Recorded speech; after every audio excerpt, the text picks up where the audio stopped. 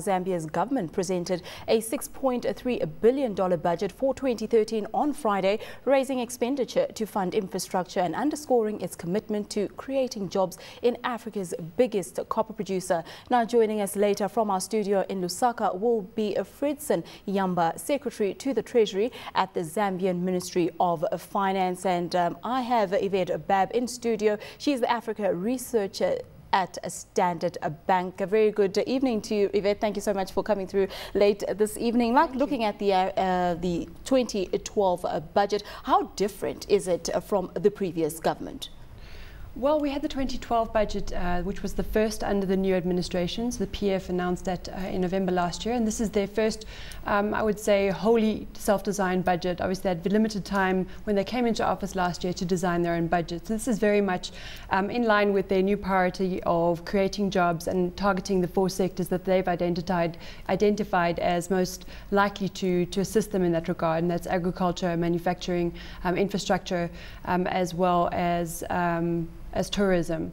So they are obviously under pressure, I would argue, to deliver on their promise to create more jobs and to put more money in the pocket, as they argued in their campaign in the run-up to the elections last year. And I think under this budget we were very keen to understand if they would introduce new revenue measures that may be perhaps less favourable to foreign investors. We were also keen to understand the split between recurrent and development expenditure. And I think the positive things that we've seen emerge from this budget is that they've maintained the budget deficit at fairly sustainable and prudent levels at 4.1% of GDP. We've seen that they've increased their allocation to infrastructure development, specifically transport infrastructure and energy infrastructure.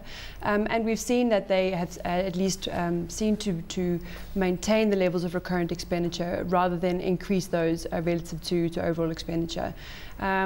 We obviously do have, I think, we will need to understand further details with regards to the amount of money that's being allocated to subsidies. That amount has actually exceeded previous budget expectations, so we're keen to understand whether or not that will they've accommodated for that over-expenditure in this budget, and also in terms of the growth in the size of the public service sector. We've seen under the previous budget that expenditure on public service wages actually exceeded their original expectations, and again in this budget we're keen to understand whether or not they've accommodated for the larger size of that expenditure. So from what you've just said now, outlining what the new government is trying to do for Zambians and to create a more pro-poor type of environment in Zambia, and as well as the budget, are we on the right track? I think that'll only be told over time.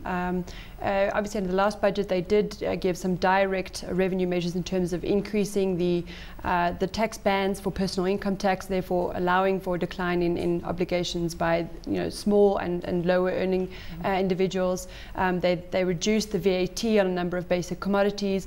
So these can all be seen to be the support of low income individuals in the broader economy. But I think the overall capacity to generate jobs will be the key over the medium term, and whether or not this government has been successful in addressing the levels of poverty and obviously inequality that are pervasive in Zambia. They're looking to create over 1 million jobs over the next 5 years, so we'll see how that pans out. Now, before we begin our discussion in depth, we take a listen to Finance Minister Alexander Chikwanda opening's remark on the budget. The government is dedicated to the veritable advancement of social justice for all. This requires a complete change of our mindsets and priorities, both as individuals and as a nation. It also requires a structural transformation of our economy by developing a healthy and well-educated labor force, developing and maintaining an efficient infrastructure, and exploiting our abundant natural resources and entrepreneurial opportunities to deliver a vibrant and sustainable economy that raises the quality of life for all. Mr. Speaker, with this vision in mind, my task today is to propose a budget for 2013 that will set Zambia on this trajectory of sustainable and inclusive growth, with a focus on expanding opportunities for all and ensuring the equitable distribution of the tangible benefits of development. The journey will certainly not be uneasy or uncontested, with difficult challenges requiring tough choices. These challenges are not insurmountable if we work harder to anchor prosperity and build a solid foundation for posterity. So, when we came into office just over a year ago, we promised to transform our country by adopting a more people-centered development agenda, and by so doing, deliver more money in people's pockets. Yeah.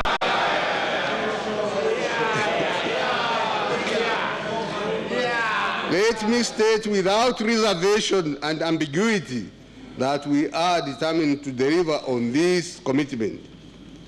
In this regard, the theme for next year's budget is delivering inclusive development and social justice.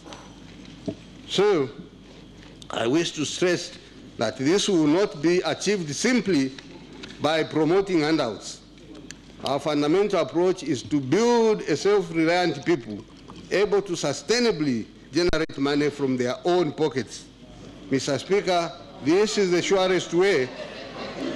Mr. Speaker, this is the surest way of sustainably defeating poverty and delivering the inalienable rights of liberty and social justice for all our people. Well, Yvette, it seems like there was a lot happening this afternoon at the budget speech. But when you look at such budgets, how do they reflect a country's attractiveness? You know, looking at such budgets and people wanting to do business with Zambia, the level of attractiveness when looking at budgets like this. So for one, obviously, it's important that the macroeconomic fundamentals remain fairly positive. Zambia has seen relatively low levels of public debt since 2005-2006, when they received debt relief under the heavily indebted poor countries program of the IMF and the World Bank. About 25% of GDP at present. And there would obviously be, I think, a negative response to continued very high levels of budget deficits, because that would undermine, I think, their credibility in their long-term sustainability, of their fiscal plan, and also in terms of how it will be financed. Increased domestic financing would put upward pressure on interest rates domestically, and/or relying too heavily on on development partners would make that fairly uncertain, I think, in the current environment of declining aid commitments from the advanced economies. So first of all, we look at the level of budget, the budget deficit, how it's going to be financed, and relative to the current level of public debt. So that's, I think, moving forward, we do not foresee any upward pressure on interest rates deriving from this budget, particularly as they've aimed to keep domestic financing equal to this year. And actually this year we've seen less domestic financing than they initially had planned. So there's actually been an injection of liquidity in the system under this budget. And then obviously we look to the tax revenue measures that are being taken to understand whether or not it's becoming the incentives that are provided to the private sector and the level of obligations from the private sector to the government, whether or not they become less or more favourable. And with specific regards to Zambia, there's been a lot of speculation in terms of new revenue measures that may be introduced to the mining sector. We know that they went through a period where they had windfall taxes on the price of copper, and there were suggestions under the previous election campaign that the PF government may seek to reintroduce that. They've been very adamant since they came to office that they will not do so.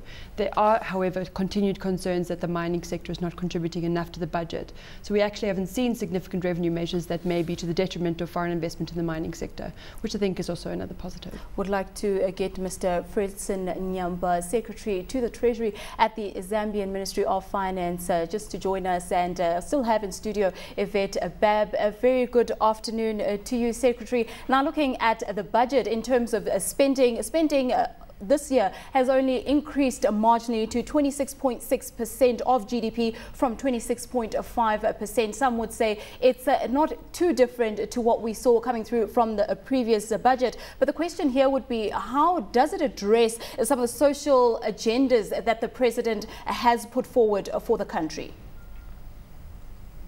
Thank you very much. It does address some of the social agendas that the President has put. He mentioned in his policy statement when he opened Parliament in September. Now what you notice is that the particular programs and the social sector, namely in health, education, including local government, where we're trying to ensure that there are more resources being made available to the more needy in the society.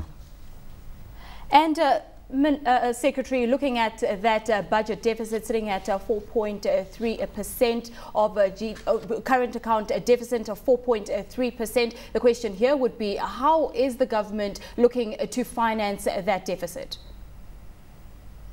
The deficit will be financed in two forms, one from our own domestic borrowing and also from external borrowing. In that respect, we've already done a debt sustainability analysis, and we are sure that we'll be in a position to finance that particular deficit.